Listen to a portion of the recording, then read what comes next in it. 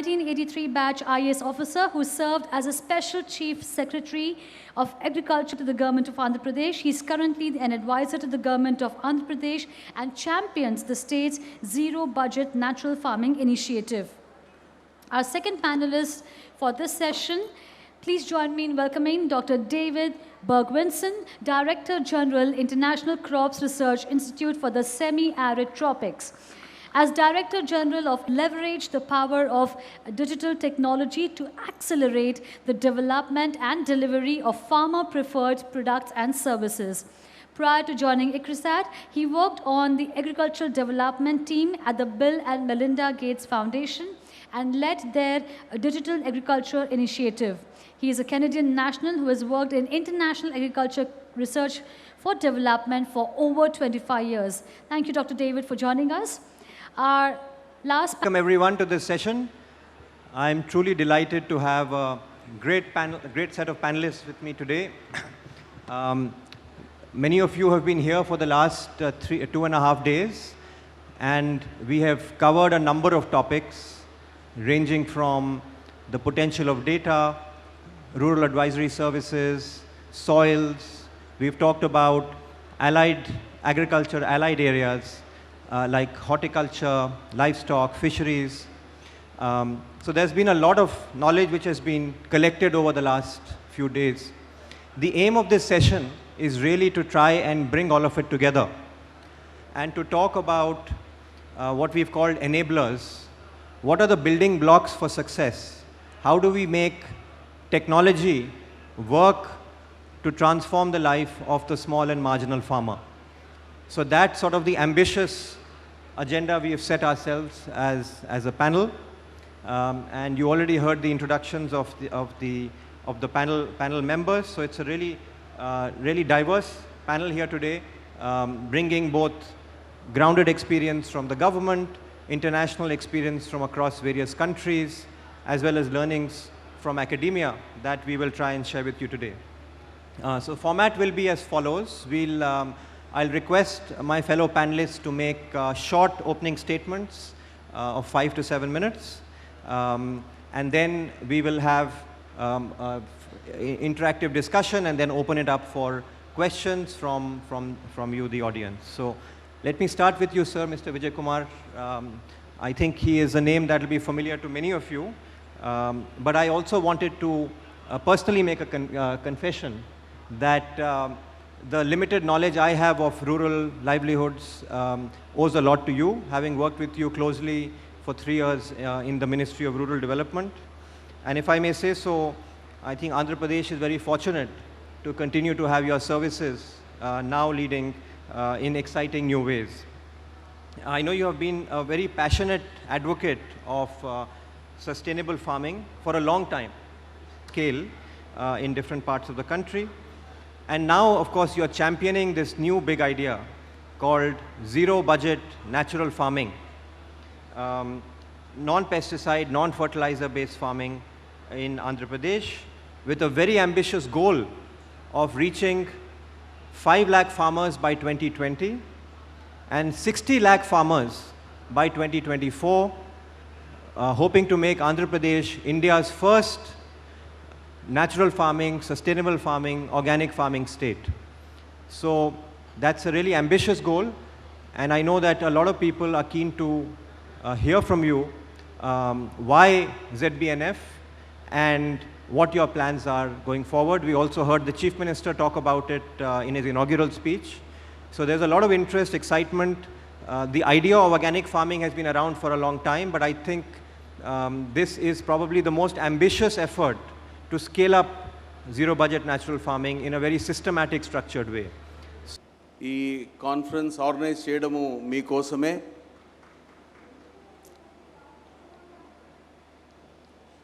ఇప్పుడు వచ్చిన వాళ్ళల్లో ప్రకృతి వ్యవసాయం చేసే వాళ్ళు ఎవరు ఒకసారి చేతులు ఎత్తారా? జీరో బడ్జెట్ న్యాచురల్ ఫార్మింగ్ చేసే రైతులు. ఓకే, మీరు చేతులు దింపి ఎవరైతే ఇప్పుడు చేయటం లేదో చేయడానికి సిద్ధంగా ఉన్నారా వాళ్ళు చేతులు ఎత్తారా? ఓ వావ్. సో చాలా చాలా సంతోషం అండి.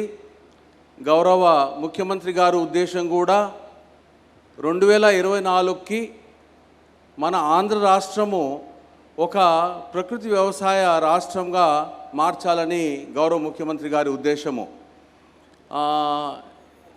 ఇంకా నేను ఇంగ్లీష్లో మాట్లాడుతాను, మళ్ళా ఈ ట్రాన్స్లేషన్ ఆటోమేటిక్గా దాంట్లో ఉంటుంది. Thank you Varad. In fact I ask the farmers first, how many are practicing ZBNF? So you saw the raise of hands. And I said, those who are not practicing now, how many of you want to practice? So I think entire group here has raised its hands. I am grateful to them. The reason why Andhra Pradesh took up zero budget natural farming, and this was the Honorable Chief Minister's idea, that farmers' livelihoods are at the core of the progress of the state. So for that, we have been listening right from the morning, how do we reduce the costs of cultivation, improve the yields, and thereby increase the farmers' incomes. So given that idea, but on the other hand, the problems that agriculture faces is the constantly rising prices of cost of cultivation. Yields have been static, or there's a lot of riskiness in the yields. And on the other hand, the consumers are really scared whether they're eating food or they're eating pesticides or they are consuming fertilizers. The water is poisoned. So in one way, we have mortgaged our future. And if you look at it globally, the UN has estimated that by 2050, the world population is going to increase to 9.7 billion. The arable area is going to come down by 1/3. So there's a huge challenge of ensuring global food security. And on top of this, you have the global warming and the implications of climate change. So we needed a solution which addresses farmers' livelihoods, consumer welfare, and more important, climate change implications. So the zero budget natural farming, which is pioneered by Shri Subhash Palekar, who has been our mentor for many states, is the perfect solution to the three issues. And I would like to add a fourth issue. So from the farmers' livelihoods point of view, we are able to bring down cost of cultivation very significantly. In fact, our goal is that the cost of cultivation should become zero. That's why it's called zero budget natural farming. So it's a process farmers are able to achieve a zero cost agriculture in about 3 years. The second is yield improvement.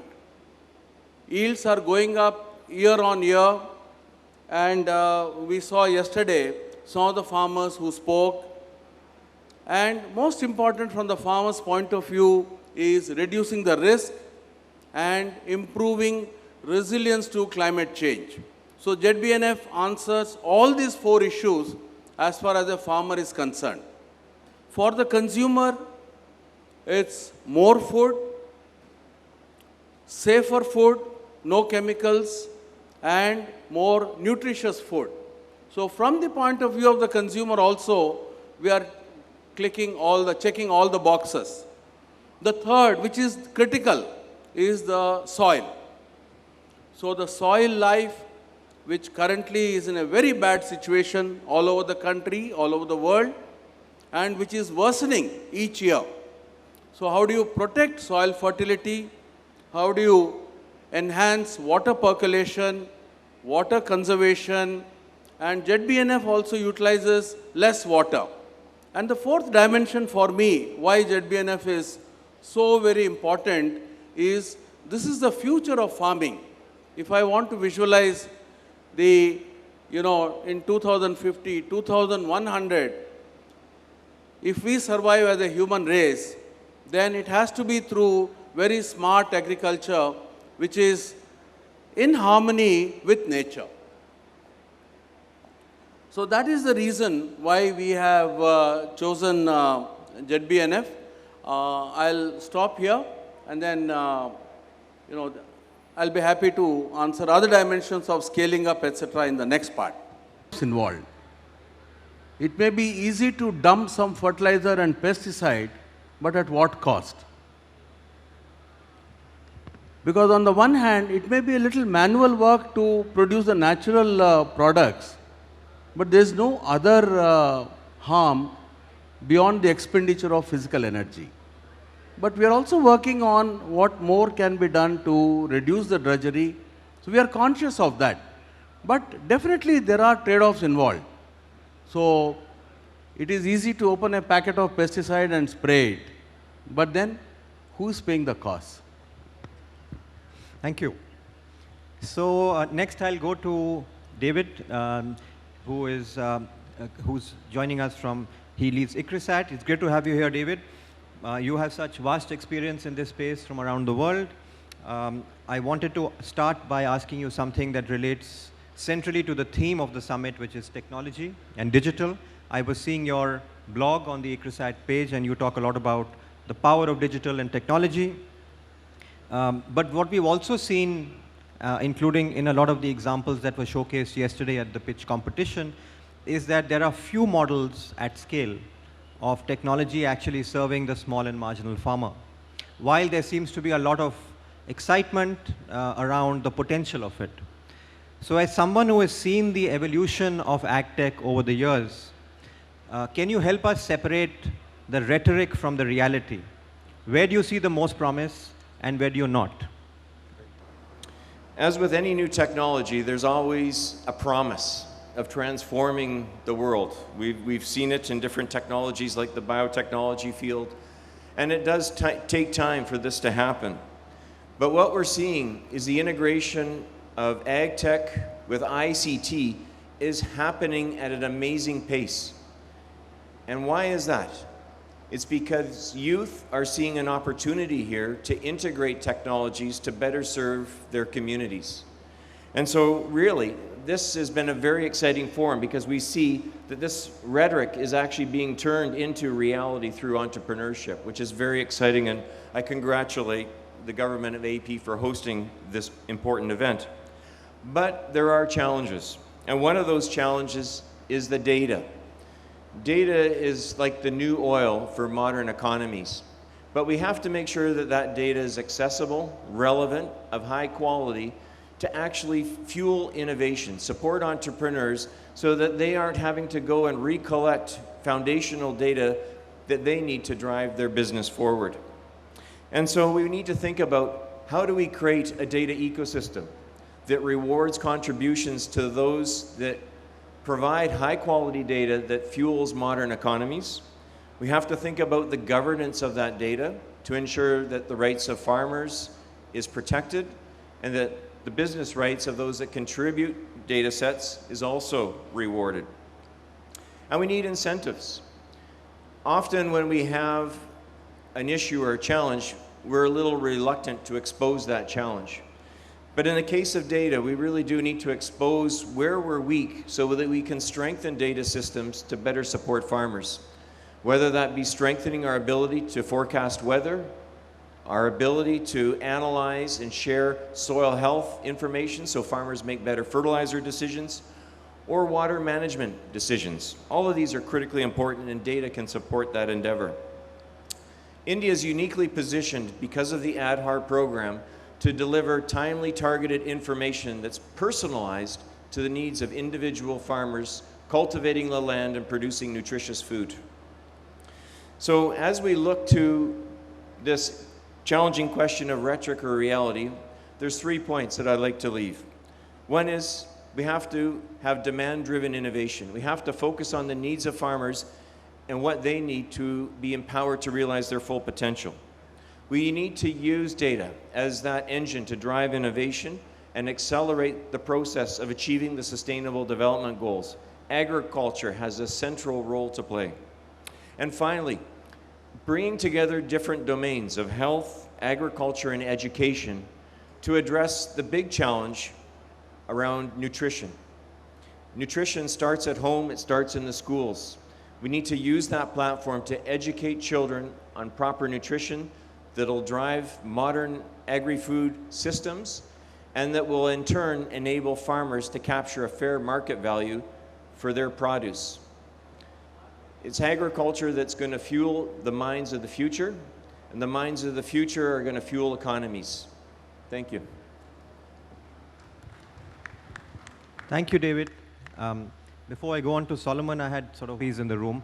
One of the statements he makes, which I thought is very interesting, is that building toilets is like opening savings accounts. The real challenge is getting people to use them. And I was thinking that this analogy perhaps extends to technology adoption more broadly, and of course in the discussion of AgTECH, where we have a number of interesting innovators trying to develop products, but all of them face the challenge of usage. And especially in agriculture, where the primary source of data, information, advocacy, influence is through social networks, we are trying to move to digital networks. I call it the anthropology of adoption. You need to understand, again, what are the aspirations of farmers, what are their needs, and then tailor not just the product or service, but also how you communicate to farmers the value of that product or service in their life. Seeing is believing. It's a motto that is around the world for different domains, and agriculture is no exception. Farmers like to see a technology working in their context. So the power of farmer participatory evaluation of technology is critically important, because we're then testing that technology in the context of where it's going to be used, and farmers then become the advocate for that technology if it works. Or they can also inform and shape and change that technology to personalize it to their needs. So behavior change is complicated. It is a issue of trust. And so who do farmers trust for information? It's other farmers, because they're struggling in the same context. So how do we leverage technology to help farmers share their message, insights, and drive adoption of appropriate technologies? Certainly a complex topic, but one where technology can support, but not completely solve, as you point out. Solomon Darwin, our panelist today, to talk to us. As you heard in the introduction, Solomon is working on pioneering innovative smart village model in Andhra Pradesh over the last few years. And it'll be great to hear a little bit from you on what you've learned in terms of adoption of technology in particular. One of the things that I want to mention is the 4 things that will make Andhra Pradesh a great state and a great economy in the world. There are 4 things, and I just want to kind of go over those 4 things, which have become my philosophy in building smart villages in Andhra Pradesh. I'm sorry. And these are the 4 things. The first one is adaptability. The world is changing so fast. In order for us to have smarter villages and smarter people, we need to adapt to the changing environment. That's the first thing. The second thing is all about leadership. And you know, if there's no leadership, we just cannot really move forward. And we're going to talk a little bit about that. Then we also, the third thing, in order for us to be a strong economy, is capabilities. We need to have capabilities to move our state, Andhra Pradesh, forward as one of the strongest economy in the world. And we do have it because we are a nation of young people with a lot of, very zealous about the future and a lot of capabilities there. And I just wanted to kind of talk a little bit about the last one, which is open innovation. Innovation is a word that everyone is using, but open innovation is something different because knowledge has to flow in different degrees. So, let's see, how do I go this forward? All right. One of the things that I do want to quote here is a very famous man who said, it's all about adaptability. third one is about capabilities. In the old world, it's all about how much acres of land you have, how much machinery you have, how many tanks you have, how many buildings you have. Today, it's not all about that. The assets on your balance sheet don't count. That is not how you make money. It has to do with all about a new way of thinking, which is capabilities. How well you use your own assets, how well you use other people's assets. It is not your balance sheet that counts. It is the way you work with other people's balance sheets and use it to leverage it to build revenue and build a stronger economy. So the old view of having a large balance sheet and ownership of asset has to die. It's all about asset access. It is not about asset ownership anymore. And that's the thing. And we have that going for us. We are a state, we're a young state, we don't have too many assets. But on the other hand, we have access to a lot of assets. And Andhra Pradesh and the leader of the state has that view, how do you leverage the capabilities of the world resources in Andhra Pradesh to build a stronger economy? That's the third thing. The last one has to do with the way we think. It is open innovation. It is about once knowledge is created or technology comes, how do you access that knowledge and how do you bring knowledge flows? Knowledge sitting in your head doesn't do me any good. When the knowledge doesn't flow in every direction to create new economies, it's useless. So what I believe and what we practice in building smart villages is what we call open innovation. Many companies coming together and giving their capabilities, giving their knowledge to build new markets, new products, new services. Knowledge has to flow in every single direction to galvanize, to create passion, to invigorate, to inspire a new economy. And this is a chart that you have seen in our booth there. You can see how the farmer happiness goes up from bottom to up.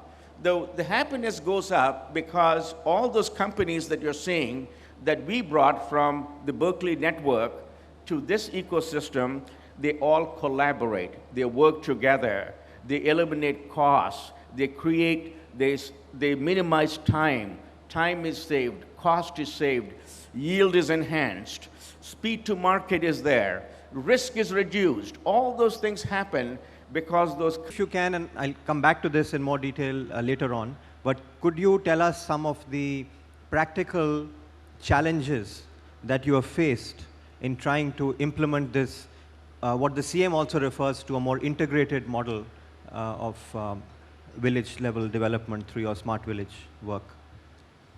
That is a very good question. In the last year and a half, we have been talking to farmers one-on-one. We are working with 44 different companies from around the world. Some of them are global, like Google, IBM, Cisco. These companies are coming to villages and engaging with the farmers. And we finished a survey where we had spoken to on one-on-one 10,000 farmers. We know the pains, we know the heartaches. We also, the farmers are saying, we are ready for technology. We are ready to embrace digital technology to move us forward. The companies are saying, we are ready to invest in villages to scale up, as long as there are scaling opportunities, even though it's a low margin business. Companies are ready. The villages are ready. The government is ready because we have a great leader. But we also need to understand the bureaucracy that we have to go through. Sometimes it slows us down. That has been one of my major difficulty in implementing this, because I want to move at speed. Galvanize communities more effectively to adopt technologies that are relevant for them. I know you have a lot of experience from SERP and NRLM as well, and SERP sort of provides a good working model of how do you scale up community institutions. But then when you try and deploy technologies for those communities, how do you effectively make this demand-led by getting communities to to use it. You are asking me to encapsulate about 18 years of work in 5 minutes. Okay, I'll try. I think for us to do things on scale, you have to be sure that the knowledge is the one which is good for today and also for tomorrow. So it's not something which is good today and then is going to sink you tomorrow. So one has to be, it's a moral choice, but it's something which needs to be done. The second are, how do you build people's institutions? The third, obviously, resources. Fourth are institutions.